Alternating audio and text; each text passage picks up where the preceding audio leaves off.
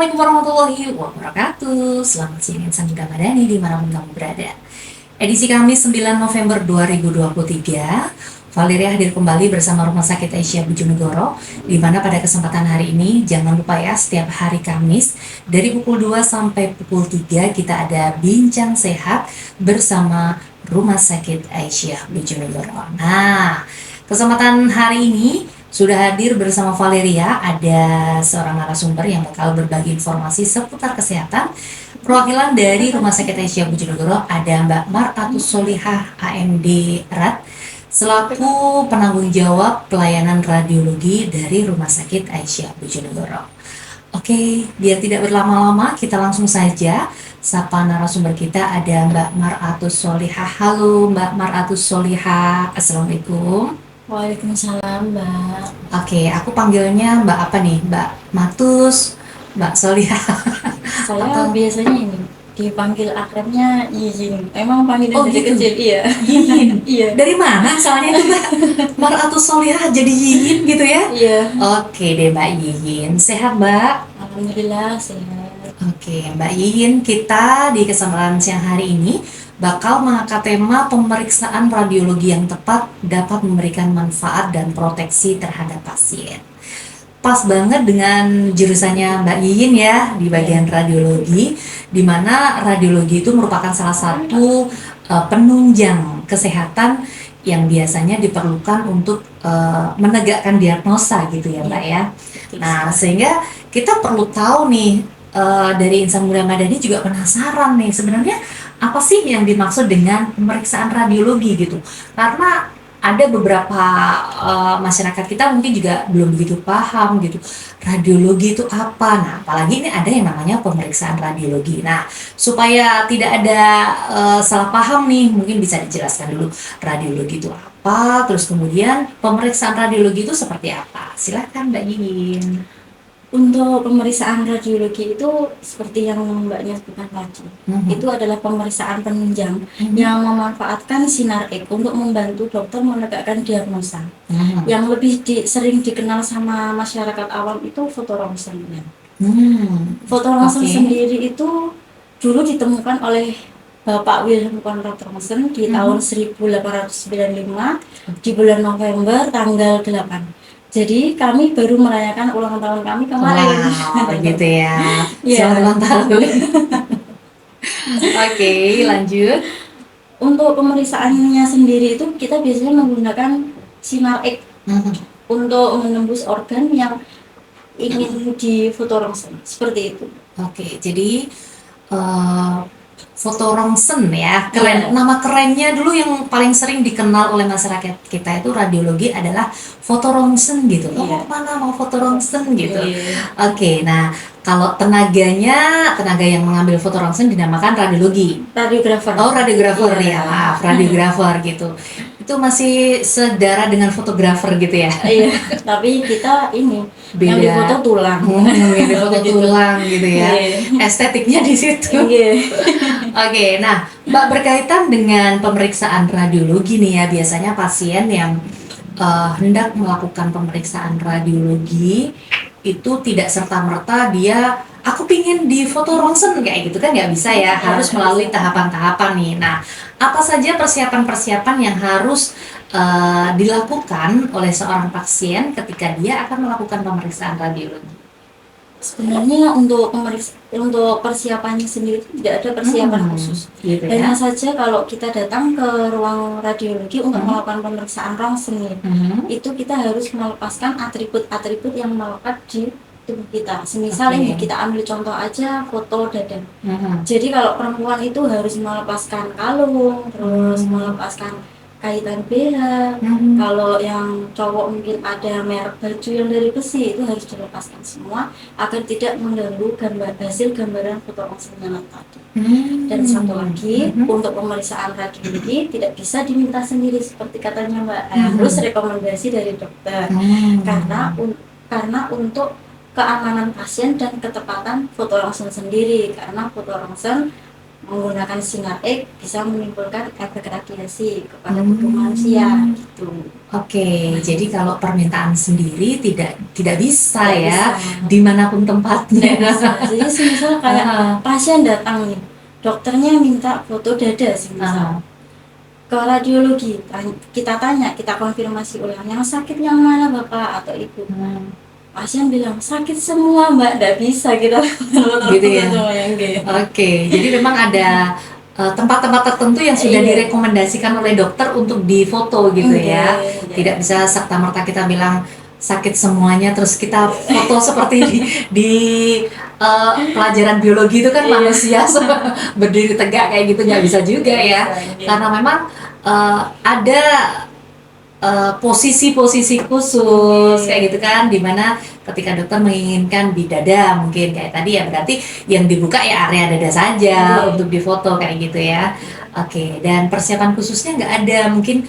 Kalau kita mau beda lagi dengan pemeriksaan darah, mungkin ada persiapan khusus. Tapi kalau di foto ronsen tidak ada persiapan khusus, bahkan tidak mandi pun tidak apa-apa.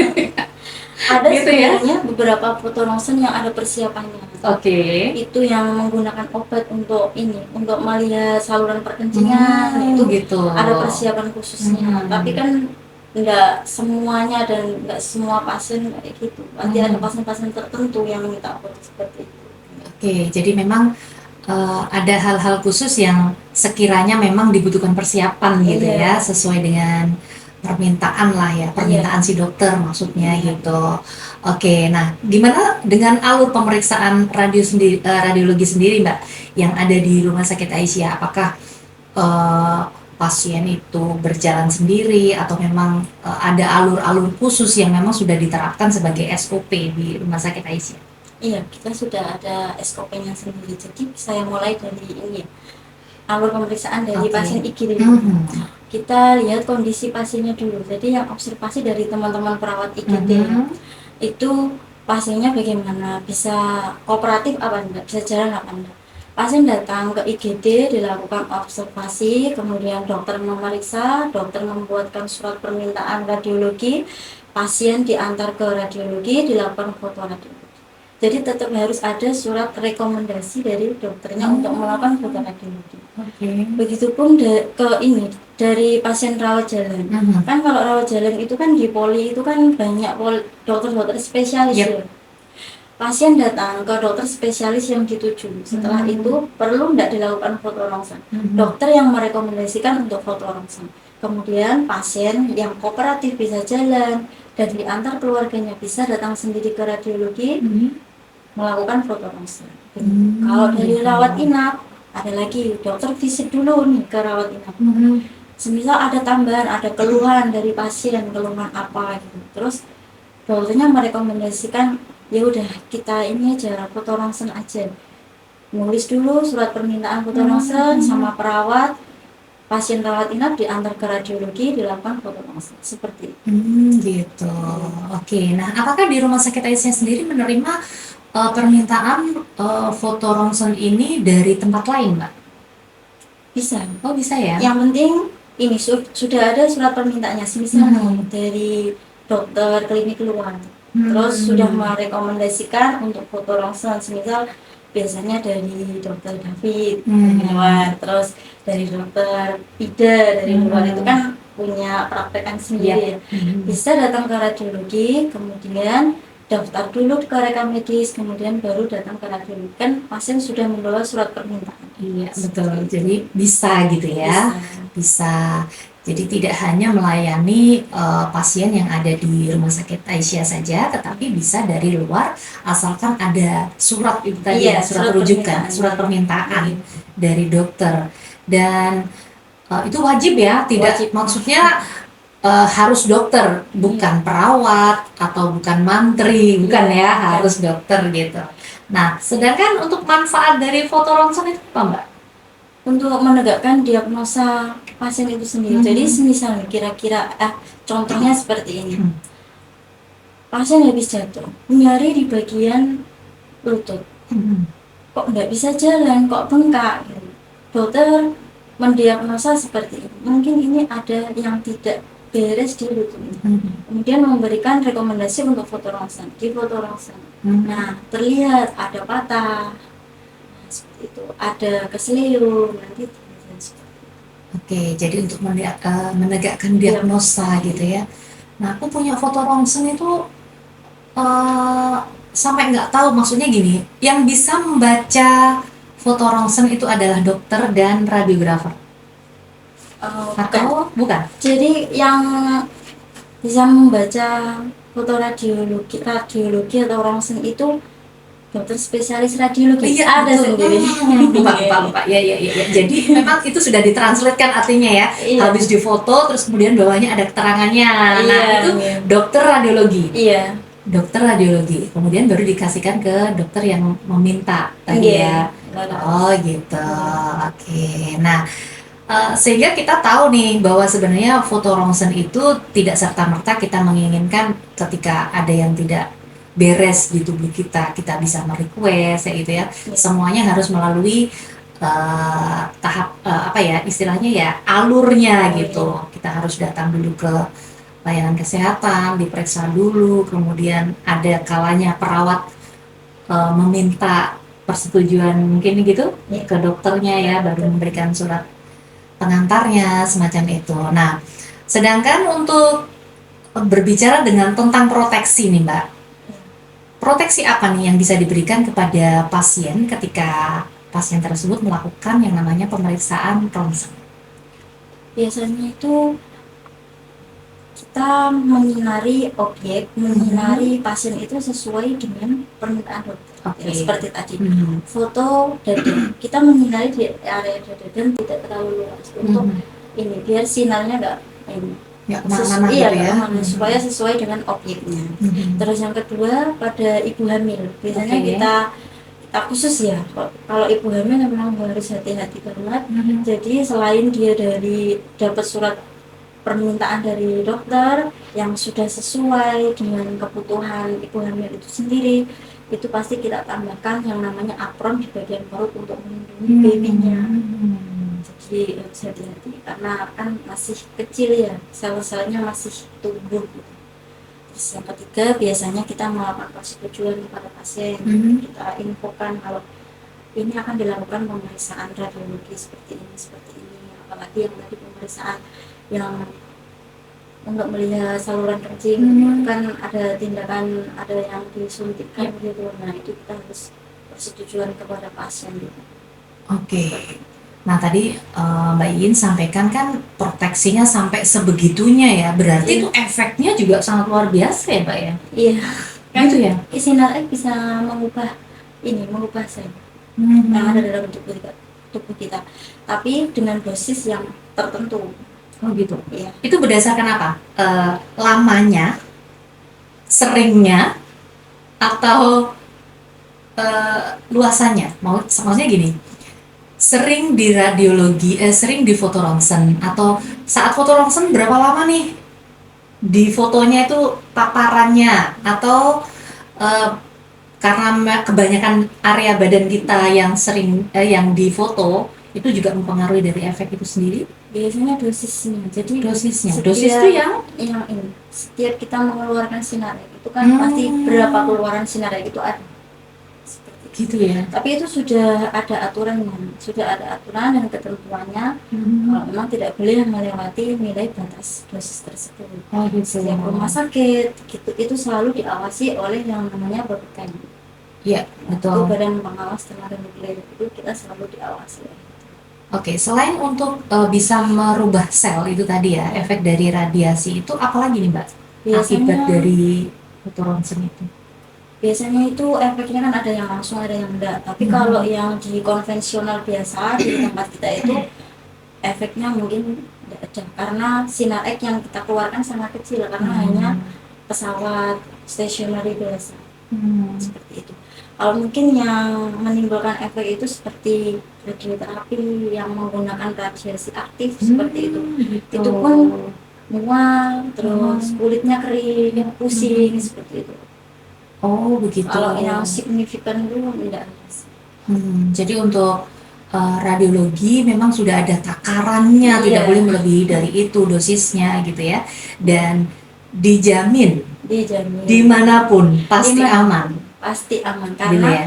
untuk ruangannya sendiri kita itu juga melalui uji dan kita itu perizinan itu juga ada ini uji kesesuaian alat, terus semua ruang radiologi itu pasti ada standarnya. Kita itu di ruang radiologi itu harus dilapisi PP minimal 2 mm. Jadi untuk keamanan lingkungan dan lain sebagainya. Untuk keamanan petugas sendiri kita harus berlindung di belakang tabir ketika melakukan eksposi seperti itu. Jadi Gitu. semuanya udah ada aturannya dan kita selalu dipantau. Iya. Selain berlindung di belakang tabir, dia juga pakai apron ya untuk petugas. Enggak juga. Oh enggak Pakai juga ya. tabir aja Sudah cukup gitu. Oke. Jadi kalau kamu Insan Muda Madani merasa ingin melakukan pemeriksaan radiologi nih, tidak perlu khawatir. Pasti juga akan ada edukasi sebenarnya ya. Akan ada edukasi gitu. Tetap Karena memang aman. tidak semua masyarakat kita itu memahami ketika terpapar sinar X istilahnya kayak Iya. gitu ya, merasa was-was gitu loh, ntar apa yang terjadi pada kulit kita, tubuh kita kayak gitu. Tapi bisa dipastikan dari pernyataan Mbak Iin tadi, insya Allah aman selama pemberian dosisnya itu udah tepat gitu ya, dan Iya. pasti tepat gitu. Pasti tepat. Dimanapun tempatnya. Kita Oke. ada takaran-takarannya. Oke, jadi tidak perlu diragukan lagi.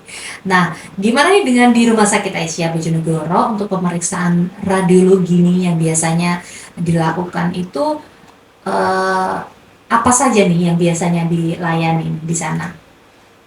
Kita melayani pemeriksaan radiologi konvensional yang meliputi foto rongsen kepala, foto rongsen dada, foto rongsen anggota gerak atas, anggota gerak bawah, tulang belakang, terus uretrografi dan IVP itu untuk melihat saluran kencing, dan juga USG. USG Gitu beda ya. alatnya ya. Jadi memang itu sudah komplit ya di Rumah Sakit Aisyah. Mungkin ada pemeriksaan lain yang tidak dilayani di sana gitu dan harus dirujuk ke luar mungkin. Ada. Oh gitu. Kita ini biasanya CT scan, soalnya kita alatnya belum ada CT scan. Oh, CT scan termasuk dalam radiologi juga? Iya.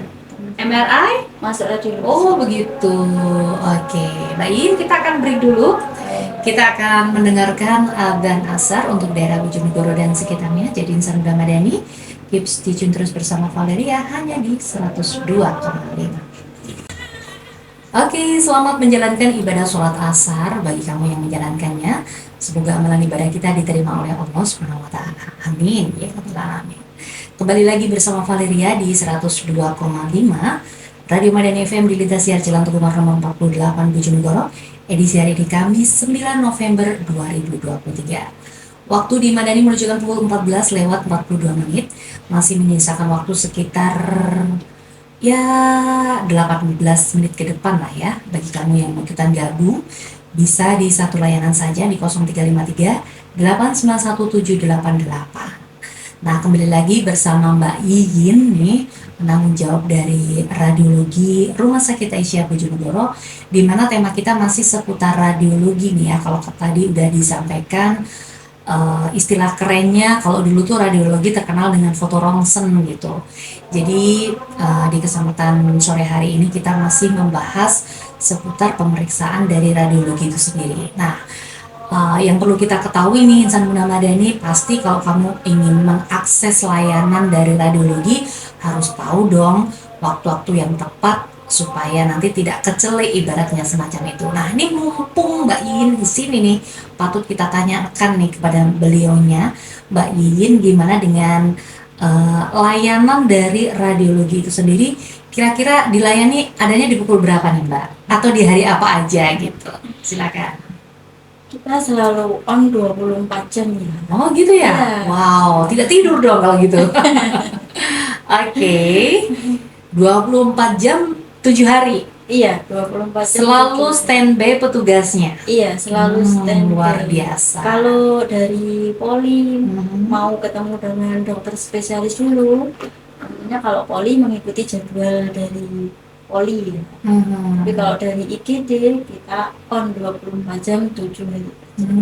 Luar biasa. Memang harus begitu ya, karena memang layanan yang satu ini tidak sembarangan gitu. Harus memiliki tenaga ahli gitu ya, karena memang dengan peralatan yang sebegitu tidak mudah memang untuk belajar, walaupun bisa dipelajari, tapi kan seyogyanya kalau dipegang oleh ahlinya kan hasilnya juga akan maksimal gitu ya Mbak In ya. Oke, nah untuk anak-anak nih, kalau kita mau melakukan tindakan ronsen kepada anak-anak nih khususnya, pernah nggak punya pengalaman yang sekiranya ribet banget gitu, ingin fotoin anak ketika mau radiologi Mbak? Iya. Jadi kalau untuk anak-anak itu yang harus fleksibel itu petugasnya ya. Begitu ya? Iya. Nggak harus disuntik aja, dibius gitu, biar diem jangan. gitu. Enggak ya? Kasihan. Jadi ya kita bujuk, terus biasanya itu kita memperumpamakan alat kita itu sebagai robot. Ayo deh, ini lihat robot, ini tante punya robot, robotnya bisa ini loh, bisa ada cahayanya. Ayo foto dulu yuk, kayak foto HP cekrek gitu. Terus kita suruh senyum, kita seolah-olah aja itu seperti foto pakai HP. Jadi dianya ikut senyum padahal nggak kelihatan senyumnya. Gitu. Itu berarti instruksinya di dalam ya? Iya, gitu. Sebelumnya juga sudah kita bujuk-bujuk gitu biar dia mau ya. Berarti dengan alat yang sama dan tempat yang sama, tidak ada tempat khusus radiologi anak gitu, nggak ada ya? Pelayanan khusus untuk anak juga nggak ada. Gitu. Jadi memang membutuhkan effort yang luar biasa dan bertambah gitu ya. Karena memang untuk anak-anak itu kan juga beda layanannya gitu ya. Oke. Ngobrol. Bisa jadi habis keluar dari ruang radiologi dapat hadiah gitu. Nggak juga ya? Belum. Oke. Nah, untuk petugasnya sendiri nih Mbak, dari faktor keamanan sudah terjamin gitu ya? Iya, sudah terjamin. Seperti yang saya bicarakan tadi, kalau kita bekerja sesuai dengan SOP yang ada, dan kami bekerja dengan proteksi radiasi yang ada, yang sudah ditentukan oleh Bapak tadi, dengan aturan-aturannya, dan kita pasti mengikuti demi keamanan kita. Dan pasien tentunya, masyarakat juga, lingkungan kita juga. Terus untuk keamanan ruang radiologi sendiri kan juga sudah ditentukan standarnya, bahwa semuanya itu harus dilapisi dengan PB minimal 2 mm. Terus tentunya untuk petugas kita ada yang namanya TLD. TLD itu alat ini pelindung ya? Bukan alat pelindung. Alat pengukur dosis radiasi yang mengenai kita, yang terpapar ke kita. Jadi itu kita laporkan ke BPFK untuk dibaca dan akan dilaporkan ke Bapeten untuk pantauan dosis yang mengenai kita. Jadi tentunya aman, dan untuk petugasnya sendiri juga sudah ada nilai dosis berapa yang boleh ada di petugas itu. Jadi petugas radiologi sudah pasti terpapar? Iya, pasti terpapar. Oh gitu ya? Iya. Soalnya di radiologi itu ada yang namanya radiasi hembur. Jadi setelah kita expose pasti ada radiasi hembur yang mengenai kita. Gitu. Pasien kan hanya sekali. Nah itu bagaimana dengan keluarga yang biasanya mendampingi di dalam Mbak? Kita kasih pelindung apron. Oh gitu? Iya. Gitu ya? Iya. Aku pernah tidak dikasih. Biasanya kita kasih pengertian, boleh didampingi, tapi kalau semisal pasiennya itu benar-benar tidak kooperatif. Kalau memang pasiennya kooperatif, kita suruh tunggu dulu. Pasiennya aja yang gitu. Oke. Nah, aku pernah dengar juga itu petugas yang sering terpapar itu tadi bisa mengakibatkan mandul kayak gitu. Itu benar apa enggak, Mbak? Kalau itu mungkin dosis yang terkena ke petugasnya sudah sangat tinggi ya. Gitu. Apa kalau kayak gitu nggak bekerja sesuai dengan SOP yang ada. Kalau selama kita bekerja dengan SOP yang ada dan sesuai dengan aturan-aturan yang telah dikeluarkan, itu insya Allah aman. Oke, nah berkaitan dengan petugas yang terpapar itu tadi Mbak, tadi kan ada TLD kebalik ya. TLD ternyata nih dosisnya mendekati tinggi, contoh nih, apa yang dilakukan? Kalau untuk mendekati sih belum ya. Kalau misalnya sudah di angkanya, kan sudah ada 0,2 milisievert ya. itu biasanya kita dicutikan dulu. Dicutikan. Dicutikan dulu. Oh, Jadi nggak dicutikan boleh dulu yang bekerja bersangkutan. Iya.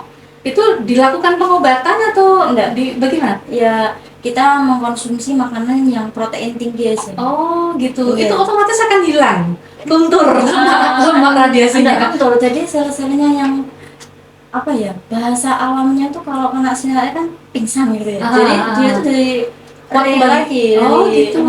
regenerasi lagi. Oh, gitu ya. Makanan yang protein tinggi seperti telur, kacang-kacangan, kacang hijau yang Oh, berarti tidak ada tindakan khusus macam dia harus dirawat dulu di ruangan khusus kayak itu enggak ya? Memang diliburkan Iya. aja dengan mengkonsumsi makanan yang bergizi, bergizi. protein tinggi.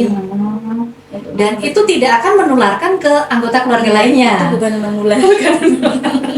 Berarti dia ada di dalam tubuh dia sendiri gitu ya. Iya. Dan dia bisa hilang atau turun kadarnya.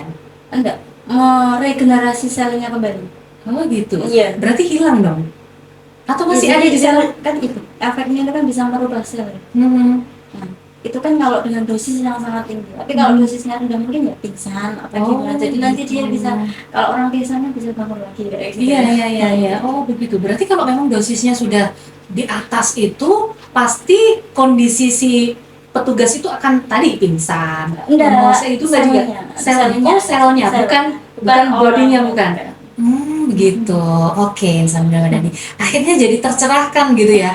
Petugas yang ada di sebagai radiografer itu kan memang kalau zaman dulu banyak yang istilahnya gini menolak, aku nggak mau kerja di bagian itu, karena itu tadi efeknya yang saat itu ya penggunaan mungkin hanya apron pun mungkin juga tidak sesuai dengan SOP kan, hanya sekedar apron kayak gitu, sehingga tenaga-tenaga yang dibutuhkan saat itu hampir tidak mudah mendapatkan tenaga radiografer gitu ya.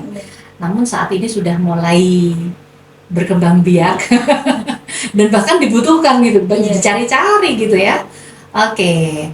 Nah, Mbak Iyi nih terkait dengan radiologi itu kan profesi ya, radiografer ini sebuah profesi gitu yang mungkin jarang diketahui orang gitu. Nah, untuk jalur pendidikan apakah memakai jalur pendidikan khusus atau memang di hampir setiap lembaga kesehatan atau pendidikan kesehatan itu ada jurusan itu? Enggak. Jadi kita dulu kuliahnya itu di D3 Teknik Radiologi. Itu bisa di Jakarta, di Semarang itu ada 2. Ini yang saya ketahui ya. Mungkin kalau sekarang ada perkembangan ya nanti bisa di searching di Google. Kalau di Semarang itu ada di Poltekkes Semarang, sama dulu kampus saya Universitas Widya Husada, terus ada di Jogja. Di Jogja itu ada Citra Bangsa sama Unisa, Universitas Aisyah Jogja. Itu juga ada. Surabaya ada di UNER, terus ada di Bali, ada di Sumatera, Makassar itu ada. Gitu. Memang ada pendidikan untuk profesi radiografer. Kalau dulu D3, sekarang sudah ada di D4 gitu ya. Oke. Kalau dulu AMD RAD, akhirnya di SST. Iya. SST. Iya. SST singkatan dari Sarjana Sains Terapan. Oh, sains terapan, bukan langsung ke radiologinya menyebutkan, tidak ya. Berarti kalau sains terapan kan bisa di jurusan lain juga menggunakan titel yang sama gitu. Enggak juga. Tetap dasarnya ada ini D3, nanti agendanya ke D4 radiologi tetap gitu. Oke. Nah, bagi kamu insan muda Madani yang mungkin tertarik untuk menjadi seorang fotografer, radiografer gitu ya. Tukang foto tulang gitu, bisa deh mencari pendidikannya, searching sebagai radiografer yang tadi sudah disebutkan oleh Mbak Yiyin, ada di mana saja. Dan ini kayaknya asik gitu ya pekerjaan gitu ya, pekerjaan memfoto tulang. Dan oh ya Mbak, terakhir nih sebelum kita tutup ya, hasil dari foto tersebut itu kan wujudnya itu hitam gitu. Itu bagaimana? Apakah itu aman? Terus bagaimana cara pemusnahannya? Apakah itu termasuk limbah yang berbahaya atau gimana?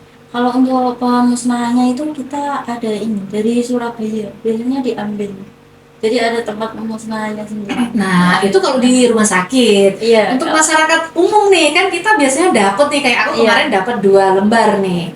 Ini gimana nih? Untuk aku musnahkan ini supaya aman di lingkungan gimana? Dibakar aja nggak apa-apa. Itu Oh, sebenarnya gitu. kan film biasa, kayak film biasa. Jadi gitu. nggak ada pengaruhnya yang begitu besar ya di masyarakat. Oh, gitu. Kayak klise gitu Iya, ya. kayak bisa gitu. Klise zaman dulu Nah, gitu. air juga hilang gitu. Oh, gitu ya? Oh, belum pernah membuktikan. Coba deh nanti aku guyur. Kalau Oke. langsung sih enggak, mungkin udah dikit. Tapi kalau Oh, gitu. kena air kelamaan kayak klise dulu itu kan terus jadi lengket gitu. Iya, betul. Oke, Mbak Yin, seru banget nih ya pembicaraan kita tentang radiologi ini, sebenarnya asik gitu loh. Tapi sejauh yang Mbak Yin sampaikan tadi sudah komplit, dan sebagai closing statement yang bisa disampaikan kepada insan muda Madani, Mbak, silahkan. Mungkin ada pesan-pesan apa kek yang mau dibagikan kepada insan muda Madani, silakan. Agak sedikit berpantun. Boleh. Cakep, belum ya? Oke, silakan. Boleh pergi wirawiri, asal tetap hati-hati. Boleh asal selfie, asal jangan di radiologi. Wow, keren banget. Selfie-nya jangan di radiologi. Iya, benar banget. Itu pasti kalau selfie-nya di radiologi nggak sehat dia. Masalah ya. Iya. Oke, terima kasih ya Mbak Yin ya. Kebersamaan kita untuk hari ini sangat luar biasa dan mengedukasi khususnya bagi aku. Dan semoga saja insan muda Madani yang stay tune di hari ini juga tercerahkan dengan sharing-sharing dari Mbak Yin. Dan kebersamaan kita untuk hari ini usai sudah. Terima kasih untuk semuanya saja yang selalu stay tune bersama Valeria. Ketemu lagi di pekan depan khusus di hari Kamis di pukul 1 bersama PDA dan di pukul 2 bersama Rumah Sakit Aisyah Bojonegoro. Fastabilokhairat. Wassalamualaikum warahmatullahi wabarakatuh. Salam Spirit Madani.